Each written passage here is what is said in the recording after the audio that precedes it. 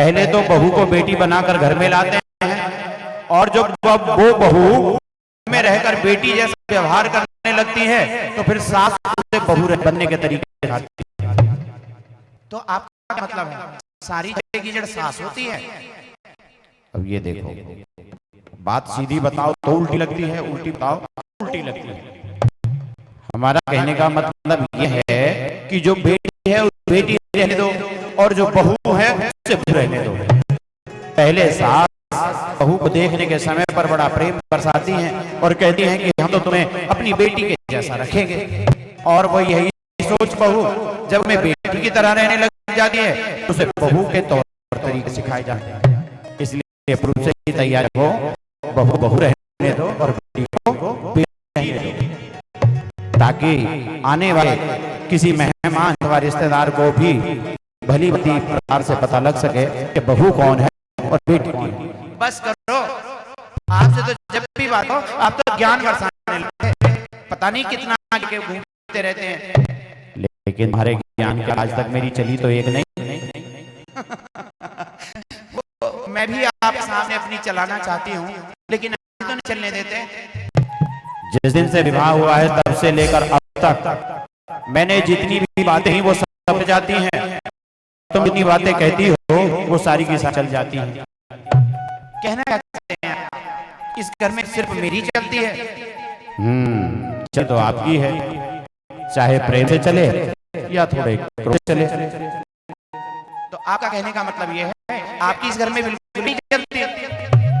अरे चलती है, लेकिन इस घर की दहलीज के बाहर जैसे ही दहलीज के अंदर पांव पड़ा है तो उसके बाद तो बस तुम्हारी ही चलती है। हाँ ठीक है राजा जी, ठीक है, मैं समझ गई। कोई बातें करना सीखे तो आपसे करना सीखे। दोनों पुत्र आएंगे, ये घर कैसा लगेगा? दोनों बहू एक में आ जाएंगी, कितना अच्छा लगेगा। और सुनो राजा जी, दो दो बहुएं घर में आएंगी तो अब ऐसे अनायास प्रवेश नहीं कर सकेंगे, फिर आपको कोई ऐसा करना होगा, क्योंकि घर में रहेंगी ना, आप पता करेंगे, आप उनके ससुर रहेंगे, तो आपको कोई इशारा करने में प्रवेश करना है। अच्छा हाँ ठीक है, मैं द्वार के बाहर एक घंटा लटका दूंगा, जैसे ही घर में प्रवेश किया करूंगा मैं घंटा बजाया करूंगा। अरे राजा जी, ये कोई न्याय की जगह या कोई मंदिर थोड़ी है जो यहाँ पर घंटा लटकाया जाएगा। तो फिर क्या क्या है? कोई इशारा करना। तो ठीक है, मैं दोनों पुत्रों के नाम लेकर पुकार लिया करूंगा। अगर वो घर में नहीं होंगे तब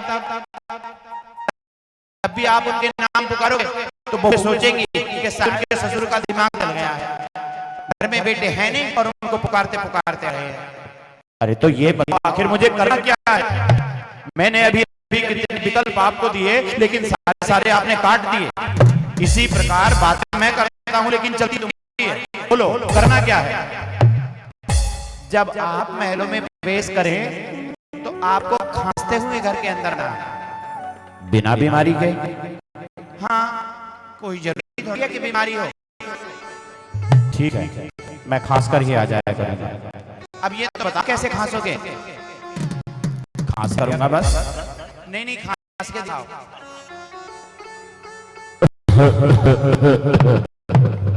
बस करो, इतनी तेज मत खांसना। क्यों? बहुओं को कहीं ये एहसास हो गया कि उनके ससुर को दमा बीमारी है तो एक वो भी एक गिलास पानी ना देगी, तो फिर क्या करो? थोड़ा खा। ये तो ज्यादा ही कम है, इसकी तो आज इस द्वार से उस द्वार तक भी नहीं जाएगी। अरे ज्यादा भी नहीं खा सकते, कम भी नहीं खा सकते, आखिर बताओ करना क्या है? करना ये है और ज्यादा तेज आवाज में खाना। अब तुम बताओ कैसे खांसना है? ऐसे। रानी तुम इसी हो, मैं पुरुष हूँ, पुरुष की आवाज तेज होती है और महिलाओं की कम होती है। तुम्हारी आवाज के जैसा मैं खांस ही नहीं सकता हूँ। नहीं, आप खांस सकते हैं, क्या दिखाओ। हाँ ठीक रहेगा, यही ठीक है। हाँ चलो, समन्वय तो बना। कि तुम मेरे इस भाषण से प्रसन्न हो गई। हाँ राजा जी, और मैं दोनों पुत्रों के आगे की तैयारियां करूंगी। हाँ तैयारियां तो मुझे भी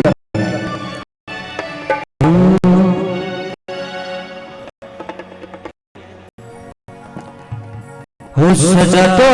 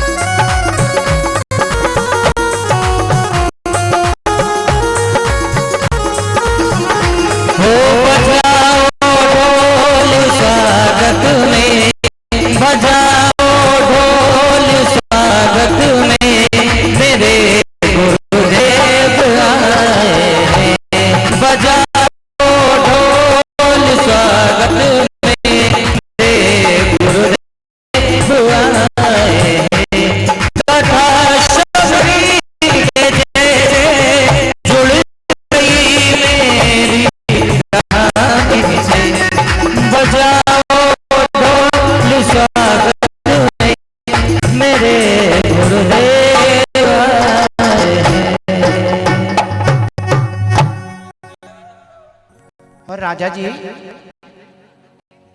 वो दोनों पुत्र मेरे उसी प्रकार चमकते होंगे जिस प्रकार सूर्य में, जिस प्रकार आकाश में सूर्य और चंद्रमा चमकता है। हाँ महारानी, बिल्कुल दोनों को देखने पर ऐसा ही प्रतीत होगा कि मानो दोनों दूसरे के पूरक हों।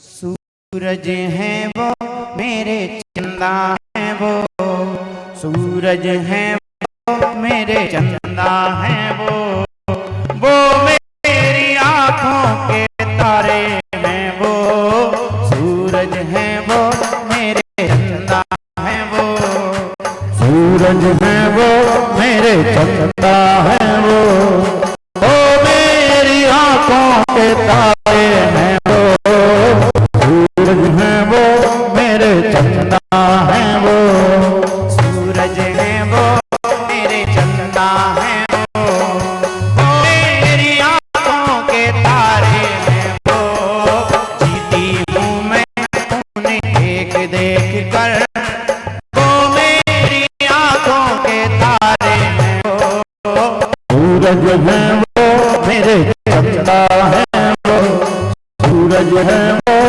मेरे चंदा है वो। महारानी, मुझे भी बहुत सी तैयारियां करनी है, मैं भी तैयारियां आप करो और बाहर की तैयारियां मैं मंत्रिमंडल के साथ मिलकर सारी तैयारी पूर्ण कर लेता हूँ। ठीक है राजा जी, ठीक है। सुनो सुनो सुनो, सभी नगालो सुनो, हमारे महाराज की ओर से घोषणा करवाई जा रही है। कल मध्यांतर में उनके दोनों पुत्र नगर प्रवेश कर जाएंगे, अतः कल कोई कार्य नहीं होगा, सभी कार्यों का अवकाश रहेगा। आपको केवल अपने घरों के तोरण द्वार सजाने हैं और उनके स्वागत की तैयारी करनी है, क्योंकि तुम्हारे होने वाले राजा रहे हैं। खिले मिल मंगल गाओ रे, घर घर दीप जलाओ रे। खिले मिल मंगल गाओ रे, घर घर दीप जलाओ रे। आएंगे राजकुमार, देखो आएंगे राजकुमार।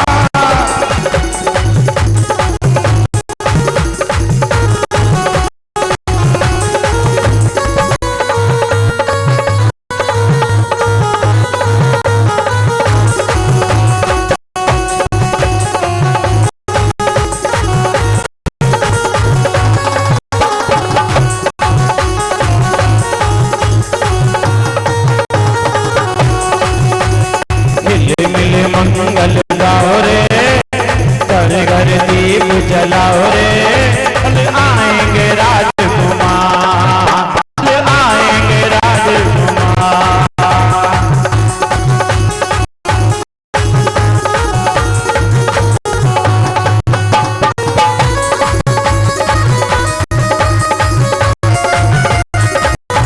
अरे मुझे भी तो तैयारियां करनी है। महल के की सारी तैयारियां महाराज ने मुझे सौंपी हैं। उनके स्वागत की भव्य तैयारियां मेरे ही कांधों पर हैं। सब किसी प्रकार की चिंता मत करना, भोजन भी हमारे महाराज की ओर से ही प्रदत्त किया जाएगा। ले मेरे मंगल गाओ रे, घर घर दीप जलाओ रे। तो आएंगे राजकुमार। संध्या हुई रात बड़ी, नया सवेरा जाग था। गुरुकुल से दोनों कुमार घर की ओर आने लगे। हुए सवार दोनों राजकुमार। देखो चले, देखो दोनों चले, देखो दोनों चले।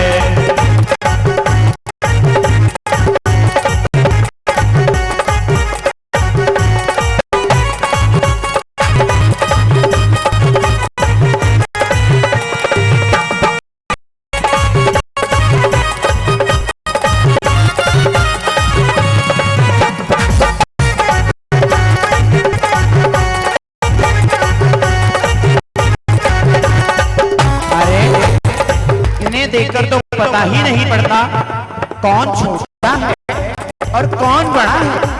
दोनों देखने में एक समान दिखाई देते हैं। अरे कितने सुंदर हैं ये दोनों। मैं होकर इन्हें देखते होंगे, मुझे महल के द्वार पर चलना चाहिए, वहीं पर स्वागत करूंगी। हाँ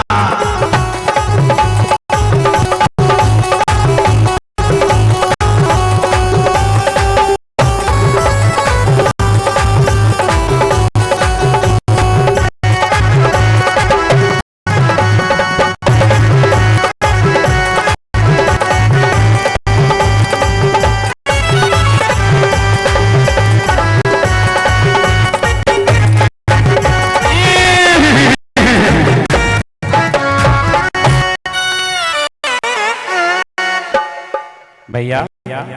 हाँ भैया, जब हम अपने पर बैठे आ रहे थे, सारी की सारी प्रतिमा ऐसे देख रही थी कि मानो उन्होंने कुछ अद्भुत देखा।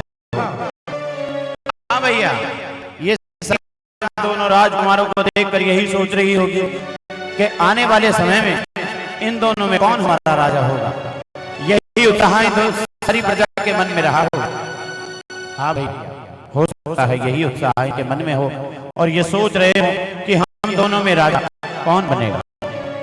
परंतु भैया, मुझे वो गुरुकुल में पढ़ाई हुई बात अब तक याद है। कौन सा?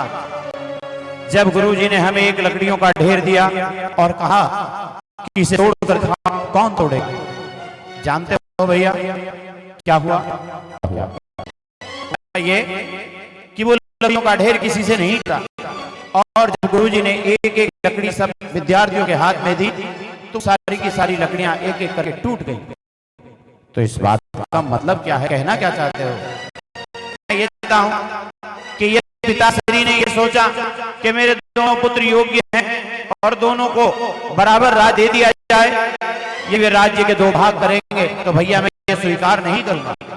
क्यों? वो इसलिए कि यदि राज्य के दो भाग हुए तो राज्य की शक्ति कमजोर हो जाएगी और अवश्य ही कोई राजा हमें परास्त करके इस राज्य को अपनी सीमाओं के अंदर मिला ले। बात तो बिल्कुल सच्ची।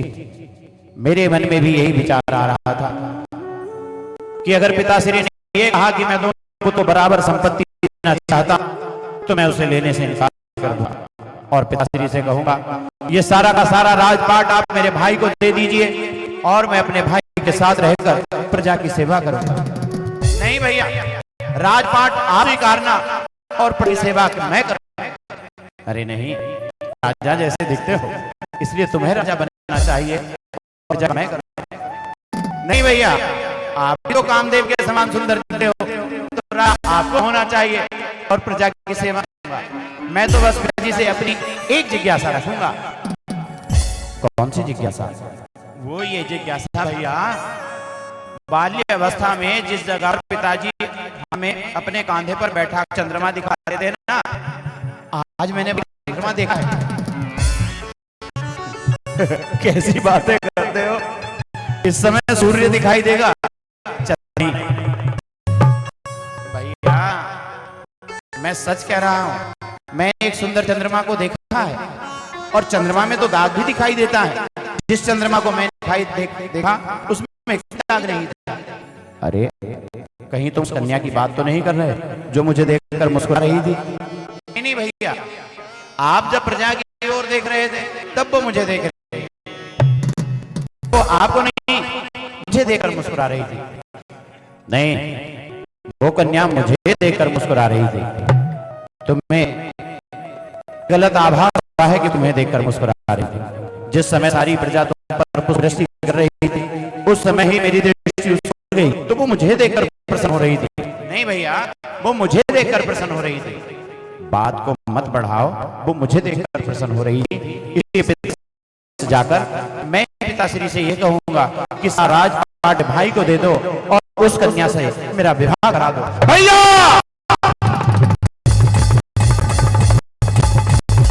मैं पूर्व में ही आपसे कह चुका हूं, उस कन्या पर पहली दृष्टि मेरी गई है और पिताश्री से प्रस्ताव करने का अधिकार मेरा। ये कौन सी बात हुई? मैंने इस विषय की चर्चा तुमसे करनी उचित नहीं समझा। मैं तो अपने मन में ये सोचा कि यह बात मैं सीधे पिता से जाकर कहूंगा। मुझे क्या था कि तुम अपनी बात को लेकर यहां पर बैठे हुए हो। तो सुन लो भैया, सारा का सारा राजपाट आपका होगा, मैं प्रजा की सेवा करूंगा, लेकिन उस कन्या से विवाह होगा तो केवल मेरा होगा। अगर यही बात मैं कहूं तो तुम स्वीकारोगे? नहीं भैया, उस कन्या से विवाह होगा तो केवल मेरा होगा। उस कन्या से विवाह होगा तो केवल मेरा होगा। तो ठीक है भैया, ये बताओ कि निर्णय कैसे होगा? मैं कुछ नहीं जानता, निर्णय हो चुका है। पिताश्री के समक्ष ये प्रस्ताव मैं रखूं। भैया पहले बात मैंने रखी है आपके पास सामने भी और पिताश्री के सामने भी मैं ही रखूंगा। मैंने तो अपने में बिहार ही नहीं रखा कि तुम विवाह करोगे। भैया उससे विवाह होगा तो केवल मेरा होगा। यही तो मैं कहना चाहता हूं कि जो प्रस्ताव मैंने दिया मेरे मन का सीधे या तो माता श्री कहूंगा या पिताश्री कहूंगा, क्योंकि तुम होते ही कौन हो मेरे विवाह के विषय तुम निर्णय ले सको। भैया मैं आपके विवाह का निर्णय नहीं ले सकता, परंतु अपने विवाह का निर्णय ले चुका हूं। उस कन्या से विवाह होगा तो केवल मेरा। अपने भाई से कर रहे हो तो यही बात तो भैया मैं कह रहा हूं कि आप मेरी बात को विवाद में आपने बदला है, तुमने बदला है। नहीं नहीं भैया, आपने बदला है। तो ठीक है, बात पिताश्री के प्रस्ताव रखने की है ना, तो हम दोनों भाइयों में जो भी सबसे पहले महलों में पहुंचकर पिताश्री के सन्मुख जाकर प्रस्ताव रखेगा, उस कन्या से उसी का विवाह होगा। क्या आप तो सीधे सीधे चुनौती दे रहे हो? अब जो तुम्हें ठीक लगे। मैंने तो केवल इतना कहा कि हम दोनों में के समक्ष जाएगा, प्रस्ताव रखने का अधिकारी भाई होगा। ठीक है भैया, लोग दिखाओगे, सच है मैं पहुंचूंगा, मैं तुझे जाने ही दूंगा, मैं तुझे जाने ही नहीं दूंगा, मैं जाऊंगा वहां।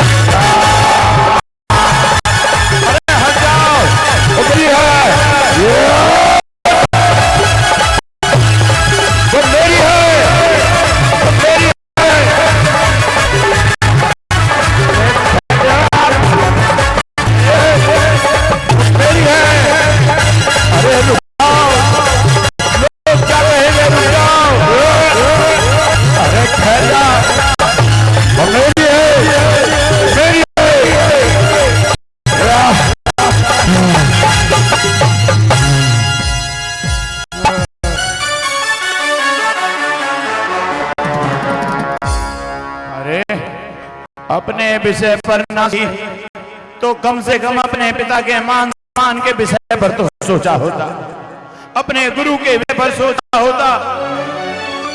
अभी तो शिक्षा प्राप्त है, आप अपने महल भी नहीं और नगर के चौराहे पर आपने यहाँ पर इस प्रकार का युद्ध शुरू कर दिया।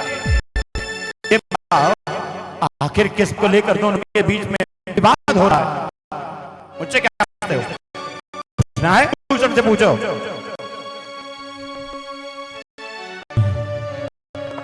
तुम भूषण आखिर किस बात लेकर विवाद हो रहा है? काका, विवाद मैंने प्रारंभ नहीं किया है, विवाद देशभूषण ने प्रारंभ किया है, उसी से पूछे जाकर। ना ये कुछ बताता है ना वो कुछ बताता है। तुम खड़े होकर इन दोनों का धांसा देख रहे हो, तो कम से कम ये तो बताओ आखिर ये दोनों किस बात को लेकर झगड़ रहे थे? कुछ पता है आपको? आपको पता है? नहीं पता है? बस कहीं झगड़ा हो जाए सब आनंद लेने वाले खड़े हो जाते हैं।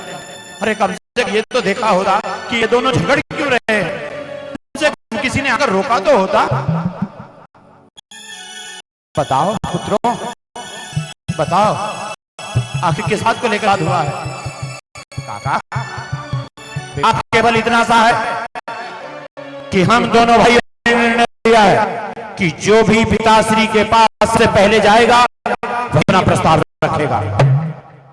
कैसा राजा ने तो पूर्व में ही योजनाएं बना ली हैं। जैसे ही आपका नगर वेश होगा, पुरोहित के द्वारा मुहूर्त लगाया जाएगा और दोनों ही राज्य दे दिया जाएगा। चिंता करने की आवश्यकता नहीं है। आओ दोनों आओ, चलो। नहीं काका, जब तक निर्णय किया जाए तब तक हमारे यहां से कदम एक भी आगे नहीं बढ़ेगा। लेकिन विवाद किस बात का है? इसी बात का कि सबसे पहले महलों में कौन पेश करेगा। दोनों साथ में चलो। नहीं कहा, निर्णय तो यही पर होगा। राजकुमारों ने अपने मुख से और ये वचन पीछे नहीं हटते, ये वचन नहीं हटते। निर्णय कैसे हो? काका आप बीच में से हट जाओ। निर्णय तो हम दोनों भाई कर लेंगे, क्योंकि जिस पिता से मैंने जन्म पाया है उसी पिता से मैंने जन्म पाया है। जिस माँ से इन्होंने जन्म लिया है उसी माँ से मैंने जन्म लिया है। जिस गुरु से इन्होंने शिक्षा पाई है उसी गुरु से मैंने शिक्षा पाई है। इस प्रस्ताव का अधिकारी मैं, इस प्रस्ताव का अधिकारी तू नहीं,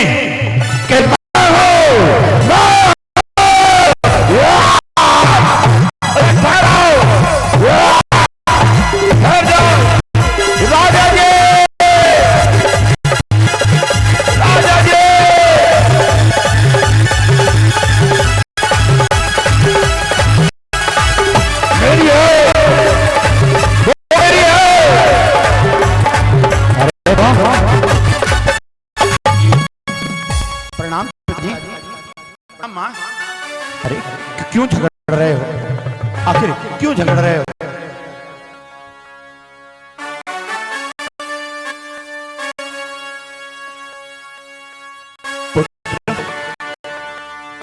क्या विवाद है? मैं ये पूछ रहा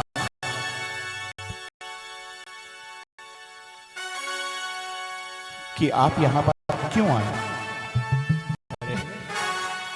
जिन लाडले पुरों की परीक्षा में तुम्हारे मां के असुरों की धार आज तक नहीं रुकी, जिनकी प्रतिष्ठा में रात दिन मैं जागता रहा, यही सोचता रहा कि एक दिन हमारे पुत्र आएंगे, और इस प्रकार उनका अपराध, और वो भी नगर के चौराहे पर। आखिर के साथ लेकर तुम्हें हो रहा है? बताओ मुझे, मुझे पूछते हो? भैया से पूछो, बताओ किस बात पे कर विवाद हुआ? पिताश्री, हमने अपने महलों के ऊपर एक सुंदर कन्या को देखा। मैं कहता हूं कि उस कन्या से मेरा होगा, परंतु देश भी कहता है कि उसका भाव उस कन्या का था। महारानी, हमारे महलों पर कोई सुंदर राजकुमारी आई है। कहाँ की है वो राजकुमारी? राजा जी, कोई भी तो नहीं है वहां। पुत्रों, अवश्य ही दासी को देख लिया होगा या दासी पुत्री को देख लिया होगा। हमारे यहाँ तो किसी को हमने निमंत्रण ही नहीं दिया, तो ना कोई राजकुमारी आई है और ना किसका आगमन हुआ है। अवश्य ही दृष्टिपात होगा। चलो महलों की ओर चलो। नहीं पिताजी, हम जानते हैं दासी पुत्री कैसी दिखती है और राजकुमारी कैसी दिखती है। जिन्होंने देखा राजकुमारी, पिताश्री राजकुमारी। महारानी, किस राजकुमारी की बातें कर रहे हैं? हाँ पिताजी, वह राजकुमारी चंद्रमा के समान सुंदर दिखाई दे रही थी, हंस रही थी, मुस्कुरा रही थी, परंतु भैया कहते हैं कि वो उन्हें देखकर मुस्कुरा रही थी। अरे, ना कोई राजकुमारी आई है और तुम्हें वहां दिखाई दे भी गई है। सुनो,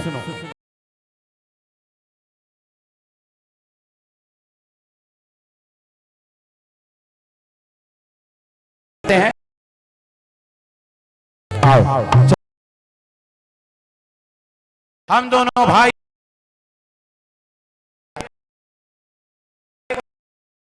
आज निपट नहीं जाता, तब से एक कदम भी हमारा नहीं जाएगा। महारानी, ये तो बालक बाल हट हो चुकी है। वैसे ये दोनों अपनी बातों में उलझ गए, तो ऐसा करो, स्वागत की सारी तैयारी यहीं पर ले आओ। जब इनका स्वागत होगा, बंधन होगा, अवश्य ही इस बात को भूल जाएंगे। हाँ हाँ ठीक है, मैं लेकर आती हूँ, मैं लेकर आती हूँ। पुत्रों, अगर तुम्हें किसी बात को लेकर चर्चा करनी भी थी तो सबसे पहले लोग के अंदर आना चाहिए। यदि मुझसे ना कहते थे तो अपनी माँ से कहना रही था। इस प्रकार नगर चौराहे पर खड़े होकर मान सम्मान को गिराना ठीक नहीं है। और वो भी दो सगे परस्पर युगलिया राजकुमार। हाँ हाँ, दोनों राजकुमार, अपना चेहरा इधर करो, किसी की बुरी नजर लग गई होगी। हाँ चलो आरती उतारो दोनों राजकुमारों की।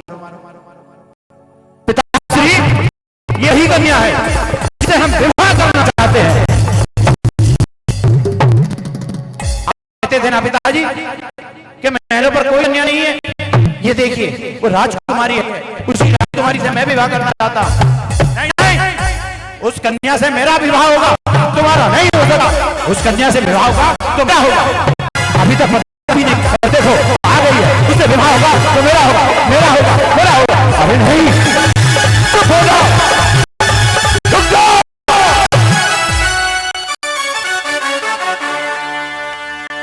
उस कन्या से ना तुम्हारा विवाह होगा और ना तुम्हारा विवाह होगा। क्यों पिताजी? क्या हम योग्यता नहीं है? क्या हम राजकुमार नहीं है? क्या हमने शिक्षा ग्रहण नहीं की है? बोलो पिताजी, आखिर ऐसा कौन सा कारण है जिससे हम उस कन्या से विवाह नहीं कर सकते? केवल एक कारण। कौन सा कारण? वो कारण यह है कि उस कन्या से तुम्हारा विवाह इसलिए नहीं हो सका क्योंकि वो तुम दोनों की बहन है। वाह वाह राजा जी, राजा हो तो आपके जैसा। क्यों?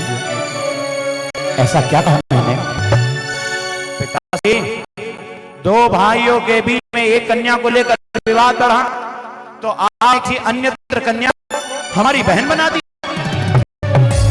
जबकि हम भली प्रकार जानते हैं कि हम दोनों भाइयों के अलावा इस घर में और नहीं है। मैं उसका भाई हूं और वो मेरा भाई है। इसके अलावा ना हमारा कोई भाई है और ना हमारी कोई बहन है। अरे पुत्रों, तुम्हारे गुरुकुल के उपरांत उस कन्या ने पाया और जब से उन्हें होश संभाला तब से लेकर अब तक प्रत्येक रक्षाबंधन पर यही कहती है कि जब मेरे भाई आए तो मैं उनके हाथों को तो मैं इतनी राखियां बांधूंगी कि पूरी कलाई भर दूंगी, पूरी कलाई भर दूंगी। हरी बहन है। हाँ, ये तुम्हारी बहन है। माँ, ये हमने कौन सी शिक्षा प्राप्त की? ये वो नैन जो भगवान को देखने में धोखा नहीं खाते, ये वो नैन जो गुरुओं को देखने में धोखा खाते, ये वो नैन जो माँ को देखने में धोखा नहीं खाते, ये वो नैन जो पिता देखने में धोखा नहीं खाते, आज अपनी सगी बहन में धोखा खा गए। आखिर क्यों? शायद हमारी शिक्षा अधूरी रह गई होगी या हमारे संस्कार अधूरे रह गए होंगे। माँ, हमें बाल्यकाल से ही सिखाया जाता कि जब तक तुम्हारा पानी ग्रहण संस्कार नहीं हो तब तक संसार की प्रत्येक स्त्री तुम्हारे लिए माता बहन है।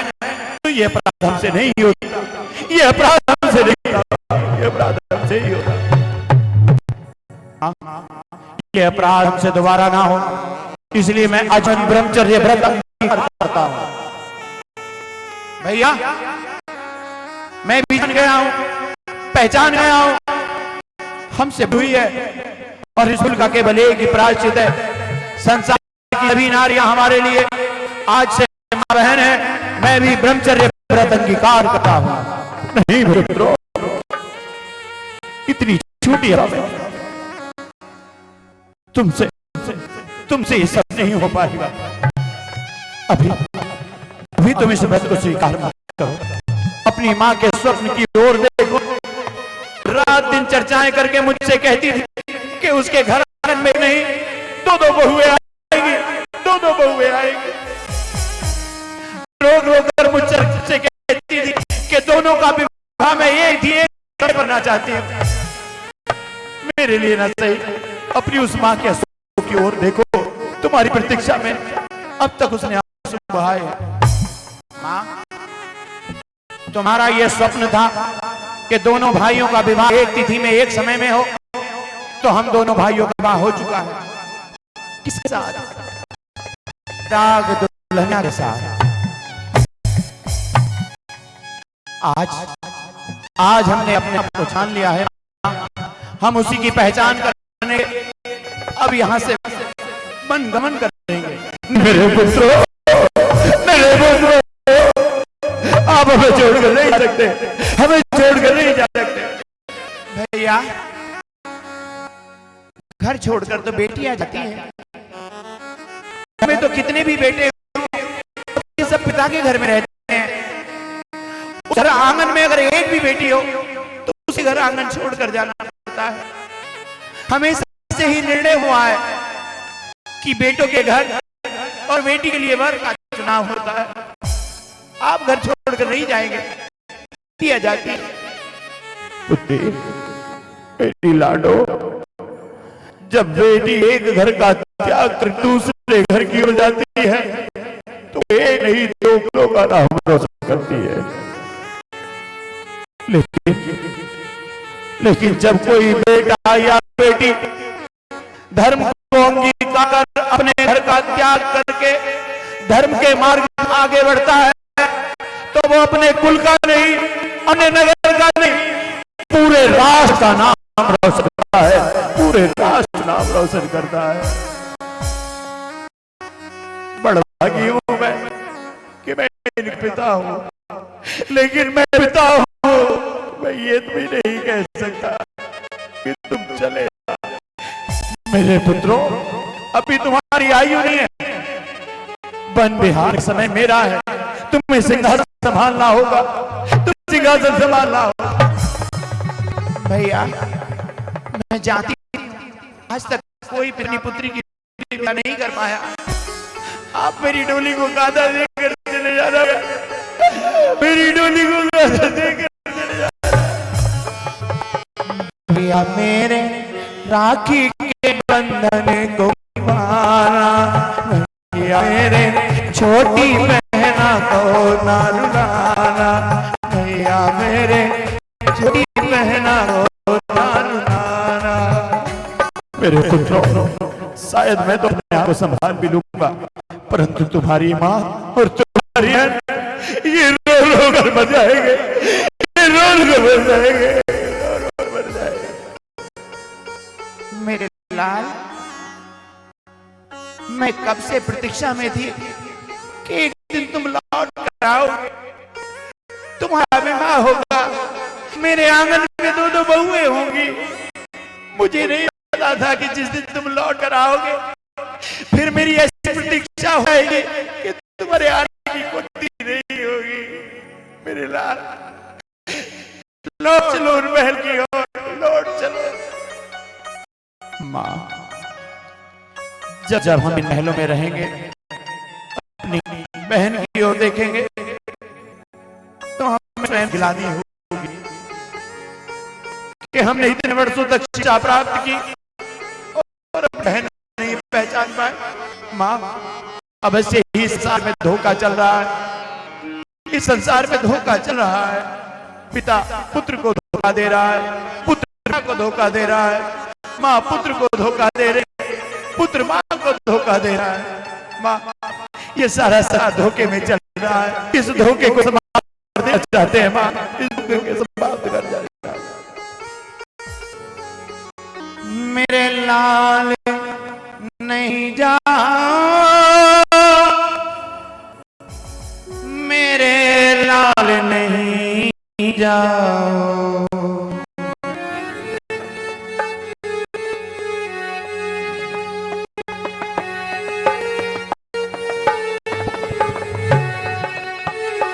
मेरे लाल नहीं जाओ, मेरे लाल नहीं जाओ। सौगंध तुम्हें मेरी, जितना रतन पाओ,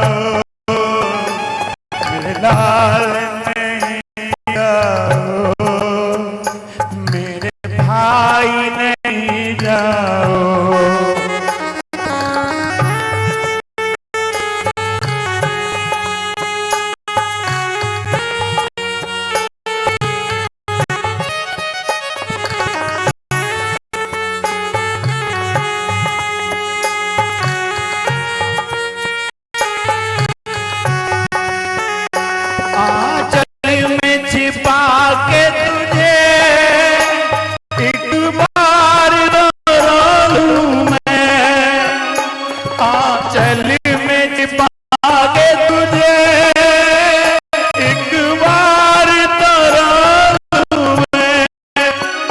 माता मैं तुम्हारी हूँ,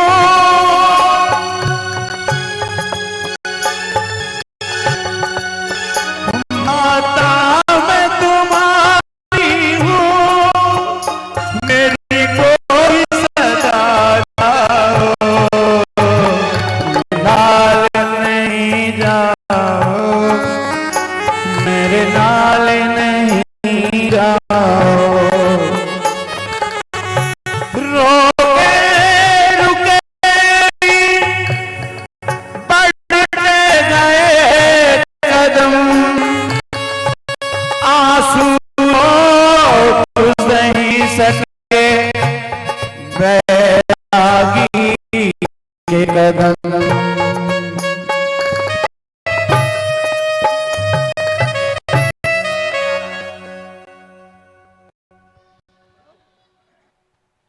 पुत्रों, आशीर्वाद है तुम्हें कि जिस ओर तुम्हारे कदम पड़े उस ओर तुम्हारा कल्याण हो, क्योंकि जिस मार्ग का तुमने अनुसरण किया है यही मार्ग शाश्वत है, यही मार्ग शाश्वत है। उड़ चला पंछी रे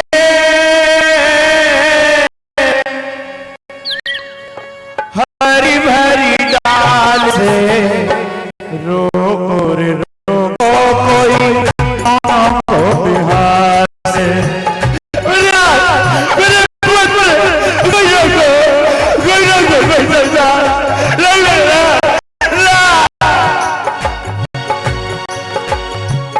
रोको रे रोको कोई तुमको बिहार से।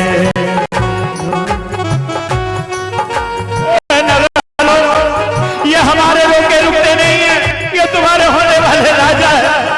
कोई समझावे नहीं, कोई रोको ही नहीं, कोई रोको।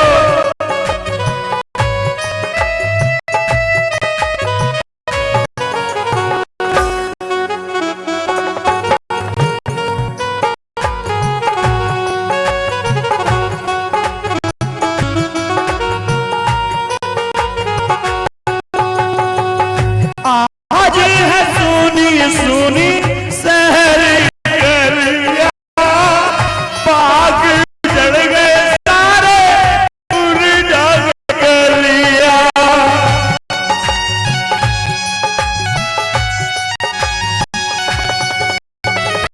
आज है सुनी सुनी शहर गलियां, बाग जड़ गए सारे मुरझा गलियां। यही तो दिन थे बेटा, यही तो दिन थे बेटा, रूप और श्रृंगार के। रोको रोको कोई दोनों को बिहार से, रोको रोको कोई दोनों को बिहार से।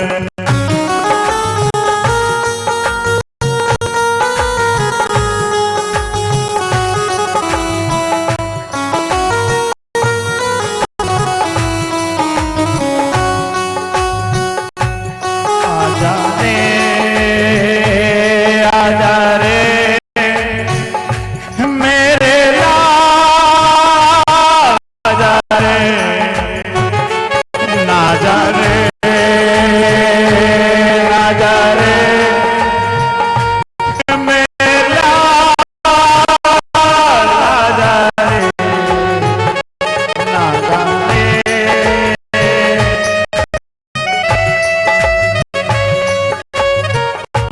राजा जी, इन आभूषण को कौन पहनेगा? ये मोती कौन पहनेगा?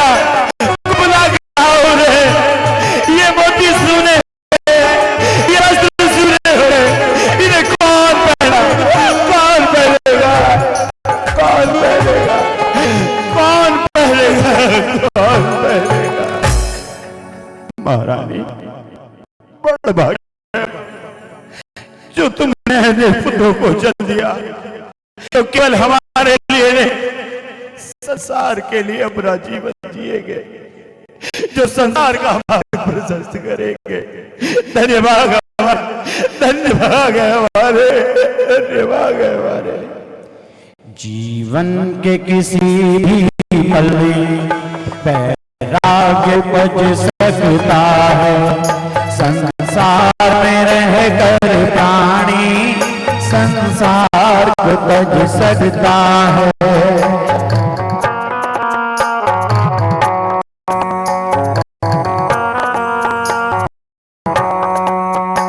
कहीं दर्पण देख विरक्ति, कहीं नतक देख बैरागी, कहीं दर्पण देख विरक्ति, कहीं नतक देख बैरागी, कारण दीक्षा लेता वो पूर्व जन्म का त्यागी, निर्ग्रंथ साधु ही ऐसे सद्गुणों को सरसता है, संसार में रहकर प्राणी संसार को तज सकता है।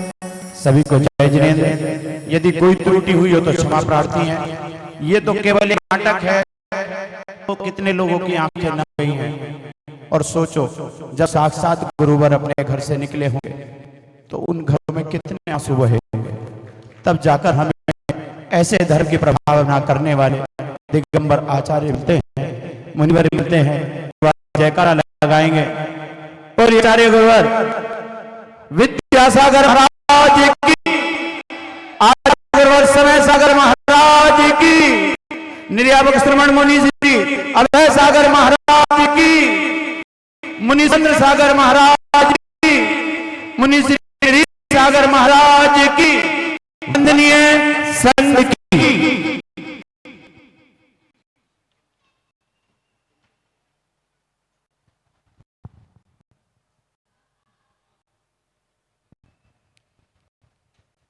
आज सभी की इच्छा हुई है कि हम सभी की ओर से त्रिवार नमोस्तु करते हुए मुनिवर श्री चंद्रशेखर जी से कहेंगे वे अपने मुखारविंद से हम सभी को अपनी वाणी से हमारा मार्ग प्रशस्त करने की हमें प्रेरणा दें। नमोस्तु नमोस्तु। हाथ जोड़िए, काम जोड़िए, सिर झुकाइए।